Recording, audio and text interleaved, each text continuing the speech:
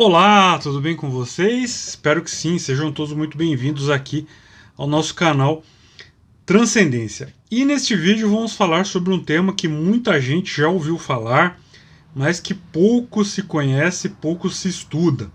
Então vamos falar sobre a maçonaria dos Elu Cohen, ou a Ordem dos Cavaleiros Maçons Sacerdotes Eleitos do Universo. E esse grupo dos Elu Cohen foi muito falado e ainda é muito falado no âmbito das organizações ocultistas, mas na realidade pouco se explica sobre quem eram eles, o que eles faziam, qual era o seu papel dentro da maçonaria, se existem ainda hoje, enfim, tudo isso acaba ficando na imaginação das pessoas. E para começar a entender os Elu Cohen, é preciso saber algo sobre o seu fundador, o Joaquim Martinez de Pasqually, que nasceu em 1727 em Grenoble, de pai espanhol e mãe francesa. Ao que parece, a sua mãe era de origem judaica. No entanto, há poucos dados históricos sobre a sua juventude ou mesmo sobre o início de seus interesses em questões esotéricas. Aliás, sequer se conhece a data da sua iniciação maçônica. Na verdade, no ano de 1754, o Martinez de Pasqually ele aparece num documento como fundador de uma loja maçônica em Montpellier. E nas décadas seguintes, ele aparece como iniciador de aprendizes em Paris, em Lyon, em Marseille, em Toulouse, em Avignon, e também como fundador de muitas outras lojas. Tudo indica que ele desejava uma forma diferente de maçonaria. Em 1766, ele foi a Paris buscando obter uma aprovação formal por parte da Grande Loja da França para a sua obra maçônica. No entanto, na época, a Grande Loja da França sofria com uma série de problemas internos e, na verdade, acabou se dissolvendo em dezembro daquele ano mesmo. E foi nessa época que o Martinez de Pasqually ele conheceu Jean-Baptiste Villermoz, que era um rico comerciante de tecidos e um maçom ativo em Lyon, que se tornaria mais tarde o pai do regime escocês retificado da maçonaria, que se transformaria depois no rito escocês retificado. Você quer conhecer mais sobre o rito escocês retificado e outros ritos maçônicos? Então vai lá na minha página da Hotmart e adquira os meus e-books. Está aí na descrição do vídeo o link. Se você quer esse livro aqui, o livro físico, Curso Elementar de Maçonologia, você me manda um e-mail. Meu e-mail está na descrição do vídeo. Então você me manda seu CEP, eu calculo o frete, te mando os dados para o depósito. Aí você deposita, me avisa e eu te mando o livro pelo correio e autografado, se você quiser, obviamente. Então, com a ajuda do Villermoz, que eu citei agora há pouco, o Pasqually ele estruturou o seu sistema maçônico. E pouco tempo depois disso, um outro jovem nobre, o famoso Louis-Claude de Saint-Martin, ele tornou-se secretário do Pasqually e em pouco tempo também ele assumiu um papel de importante liderança na ordem dos Elu Cohen. No entanto, assim como o Villermoz seguiria o seu próprio caminho com o regime escocês retificado, o Louis-Claude de Saint-Martin também buscaria o seu próprio caminho independente, abandonando todas as suas atividades maçônicas e estabelecendo um círculo de amigos aos quais ele denominou de Sociedade dos Independentes e que discutiam, na verdade, as suas ideias contidas nos seus livros e também a de outros autores, como do Jacob Böhm, que foi uma grande influência no Louis-Claude de Saint-Martin. E essa aí seria, esse grupo, essa Sociedade dos Independentes, ali em volta do Louis-Claude de Saint-Martin, seria a origem remota do chamado martinismo. Bom, vamos voltar então ao Martinez de Pasquali. Então o Pasquali ele estruturou um sistema notavelmente complexo de maçonaria. Nós podemos dar como data do início da Ordem dos Cavaleiros Maçons Sacerdotes do Universo, ou Elu Cohen, o ano de 1754, ano em que ele fundou uma série de lojas pela França que eu já citei, né? Falei que ele fundou várias lojas. E a primeira dessas lojas, a de Montpellier, chamava-se Juízes Escoceses e estava aparentemente ligada ao sistema de Heredon, que daria mais tarde origem ao rito escocês antigo e aceito.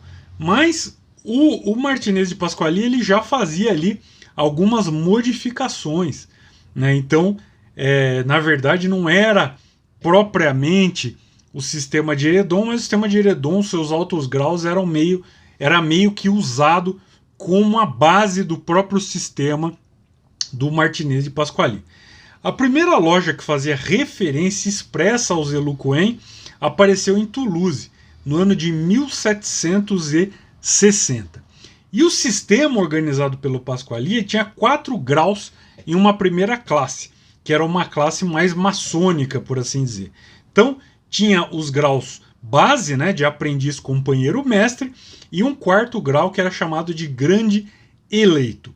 E esse último grau, esse grau de grande eleito, daria acesso aos rituais da alta maçonaria, que na visão do Pasquali era uma forma de teurgia que daria a experiência direta com o que ele denominava de a coisa, la chose, né? E depois de receber então o grau de grande eleito, então viriam os graus de aprendiz Elu Cohen, companheiro Elu Cohen e mestre Elu Cohen. E aí o mestre Elu Cohen ele poderia avançar para os graus de grande mestre Elu Cohen, né, de cavaleiro do leste ou grande arquiteto, e comandante do leste ou grande eleito de Zorobabel. E por fim, então viria o grau supremo e secreto, reservado a uns poucos, que era o grau de Real Croix, né, Real Croix ou Real Croix. E na teurgia a cruz real, né? E na teurgia do Pasquali, o rito central era realizado no centro de um círculo consagrado no dia do equinócio. Então se esperava que durante esses rituais, nesse círculo, o contato com entidades espirituais superiores e a experiência dos chamados passes. Ou seja, o que eram os passes? Os passes eram a experiência sensorial de luzes, de sons e de insights misteriosos por parte do Elu Cohen durante o ritual. Então tais experiências eram encaradas como sendo não apenas a realidade da existência, a comprovação da realidade da existência dessas tais inteligências superiores, como também um tipo de prova que o Elu Cohen tinha transcendido a matéria e realizado a reintegração de seu ser. Aliás, o tema reintegração do ser é tratado pelo Martinez de Pasquali em sua única obra, né, conhecida. Então chama-se o Tratado da Reintegração dos Seres, que foi publicado em 1769. E do que fala o Tratado da Reintegração dos Seres? Então, de maneira geral, o Tratado da Reintegração dos Seres expõe uma doutrina dualista de características gnosticistas. Então, o mundo material fora criado por Deus como um tipo de prisão para os espíritos malignos que tinham se rebelado contra a vontade divina. Então, Adão Kadmon, né, que é um conceito cabalístico, então Adão Kadmon, o homem primordial, ele foi criado e foi posto no mundo material como seu guardião e mestre. Mas Adão Kadmon quis criar seres à sua própria imagem e semelhança. E aqui eu chamo a atenção dos alunos da escola da tradição primordial para as conversas sobre Kabbalah que nós tivemos, especialmente no conceito lá de Tzimtzum. Tsum. Aliás, se você gosta desse tipo de assunto mais aprofundado, conheça a Escola da Tradição Primordial. O link está aí na descrição do vídeo. Então, continuando, o Adão caiu, né? E ele e a sua primeira criação, Eva, foram expulsos do paraíso terrestre, né? E aí eles acasalaram-se sem a bênção divina e produziram um maléfico Caim, né? E aí o seu segundo filho, Abel, foi concebido com a ajuda de Deus, mas foi morto por Caim. E o terceiro filho, Sete, também foi concebido com a ajuda de Deus, né, e recebeu todo o conhecimento divino que Adão possuía. Então, nas gerações posteriores, os descendentes de Caim, que eram materialistas e maléficos, eles procriaram com os descendentes de Sete, espiritualizados e bons, e deram origem à atual humanidade. Então, dentro da atual humanidade, um pequeno número se lembrou de fragmentos do conhecimento divino e foram chamados de amigos da sabedoria. E o Pasquali, ele se declarava como o último deles, o último dos amigos da sabedoria. Bom, dadas aqui em linhas gerais, muito gerais, aliás, as principais ideias do sistema do Zelu Cohen, vamos falar um pouquinho mais sobre a sua continuidade. Se chegou ou não chegou aos dias de hoje, e mais vou dar também uma ou outra informação. Tá curtindo o vídeo? Torne-se membro do canal e tenha acesso a conteúdo exclusivo que não está aberto a quem não é membro. Clica aí no botão Seja Membro, escolha uma forma de filiação e participe. São os membros do canal que possibilitam que o canal aconteça. Quer nos ajudar de alguma outra forma? Então faça uma doação pelo QR Code do Pix que está aí na sua tela, ou nos ajude através da vaquinha no Apoia-se, cujo link também está aí na descrição do vídeo. São vocês que possibilitam que eu me dedique a passar essas informações aqui através do YouTube. Então, se você pode nos ajudar, por favor, nos ajude. É muito importante para a continuidade do canal. Bom, o Pasquali, então, ele não dispunha, né, de meios de sustento que não fossem os que eram oriundos das suas atividades maçônicas e da venda de livros, da venda do seu livro lá, o Tratado da Reintegração dos Seres, e das cooptações das lojas e das patentes ali, né, as lojas que ele fundava e, enfim, das iniciações que ele dava. Então esse era o seu meio de vida. Então ele acabou passando ali por graves dificuldades financeiras. Ele saiu da França em 1772 e foi para o Haiti, né, onde ele tinha parentes ricos que eram colonizadores lá do Haiti. E a ideia do Pasquali era fazer algum dinheiro ali no Haiti, pagar as suas dívidas, as dívidas que ele contraíra na França, e poder se dedicar o resto da vida à ordem que ele criara. No entanto, ele acaba morrendo lá em Porto Príncipe em 1774, sem poder jamais retornar à França. E aí a ordem do Zelu Cohen não sobreviveu muito além da morte do seu fundador. A parte organizacional da ordem era muito mal conduzida e não havia nenhum sucessor designado ou preparado, apesar de ter gente que diz que havia sim um sucessor. Daqui a pouco eu vou falar sobre isso, né? E partes do sistema do Pasquali foram absorvidas, na verdade, pelo regime escocês retificado do Villermoz, e outras partes também foram usadas pelo Louis-Claude de Saint-Martin na elaboração das suas doutrinas. Então a influência da obra, né, o Tratado da Reintegração dos Seres, apareceu entre círculos ocultistas franceses e alemães desde meados do século XIX. Eu vou falar alguma coisinha sobre isso também. Bom, há muitas especulações sem grandes provas documentais e sem elementos históricos sobre uma suposta sucessão do Martinez de Pasquali. Então eu vou falar de maneira genérica sobre essas alegações. Então, segundo essas alegações, né, o Martinez ele teria conferido o título de juiz soberano e superior incógnito da ordem a alguns discípulos. Então, por exemplo, o Becon de la Chevalier, né, Chevalier, Becon de la Chevalier, ao próprio Villermoz, a Desserre, né, a Duroy, a Dauterive e a Lusignan. Então eram esses os discípulos que ele teria conferido esse título de juiz soberano e superior incógnito da ordem.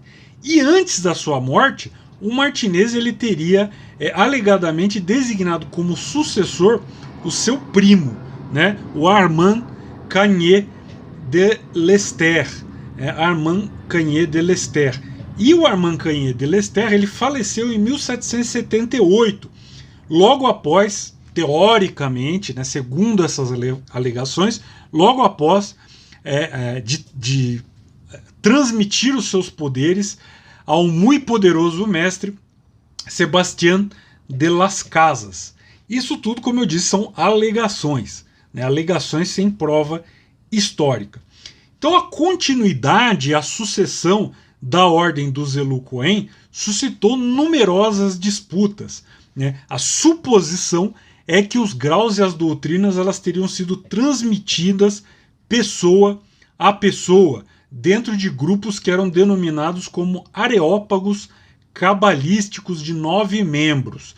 Então, no final do século XIX, vários ocultistas se diziam sucessores dos Elú-Cohen. Então, em 1890, por exemplo, o artista Joséphine Péladan ele fundou a Ordem da Rosa Cruz Católica do Templo e do Graal, que, segundo ele, seria a sucessora legítima da Ordem dos Elú-Cohen. E aí depois, né, ao finalizar lá a Segunda Guerra Mundial, em 1942, o Robert Ambelain, né, ele fundou uma nova ordem chamada de Ordem Martinista dos Elú-Cohen, que combinava o martinismo do Papus com os rituais dos Elú-Cohen, num tipo misto de martinesismo-martinismo.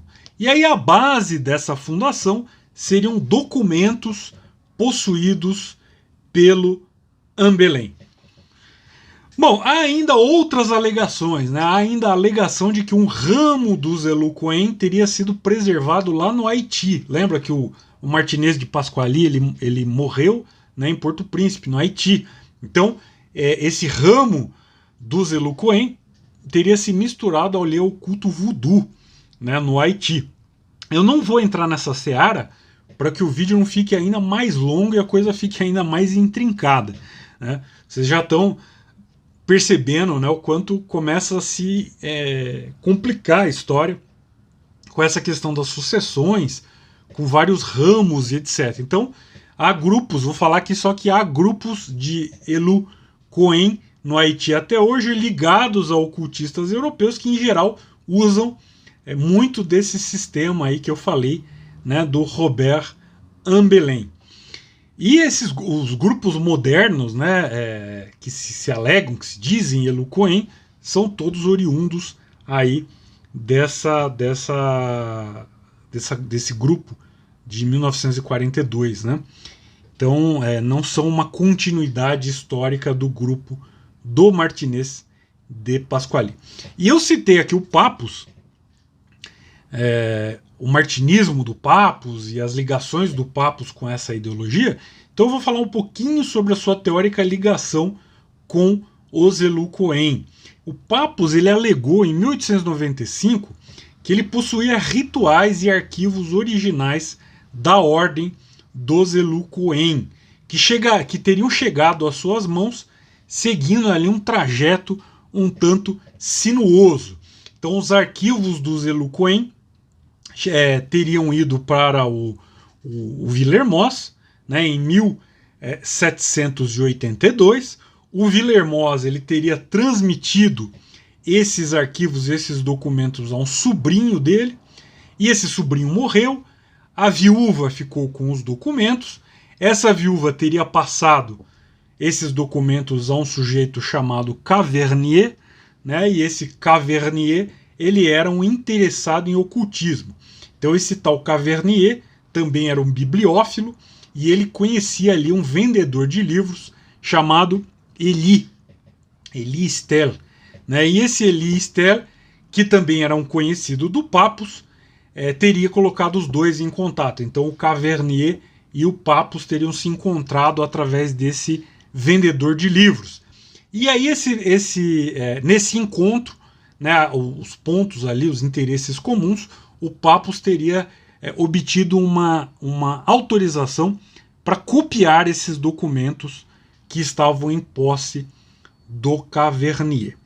Bom, se você já conhece bem os outros vídeos aqui do canal, que eu falo em relação a linhagens, em relação a legitimidade, em relação a regularidade, reconhecimentos, etc. Então, se você já conhece, é desnecessário, né, eu frisar aqui sobre as possibilidades imensas de fraude e de falsificação em tudo isso. Agora, se você ainda é novo aqui no canal, você ainda não viu esses outros vídeos, eu vou lembrar que toda essa fixação com uma suposta sucessão direta e a posse de documentos, patentes, diplomas, selos, etc., é uma velha estratégia de legitimação, né, e uma tentativa de afirmação de autoridade. Então, em geral, grupos que se baseiam nesse tipo de recurso de autoridade têm muito a esconder de um ponto de vista histórico. Então, em geral, tais alegações são forjadas através da inserção de fatos históricos inexistentes, de personagens inventados, de documentos falsificados e etc. Tudo para reafirmar uma suposta confiabilidade e um pedigree de origem que é facilmente desmontado através de uma investigação mais séria. Então eu não vou entrar neste vídeo em questões também de análise doutrinária da ordem dos Elus-Cohen. Este é um vídeo, como eu disse, que visa passar uma informação geral, uma informação introdutória, ok? Então, bom pessoal, eu vou ficando por aqui. Deixe o seu like, participe, compartilhe o vídeo e ajude o nosso canal a crescer e a levar informações seguras através do YouTube. Então, um abraço a todos vocês e até o próximo vídeo. Tchau!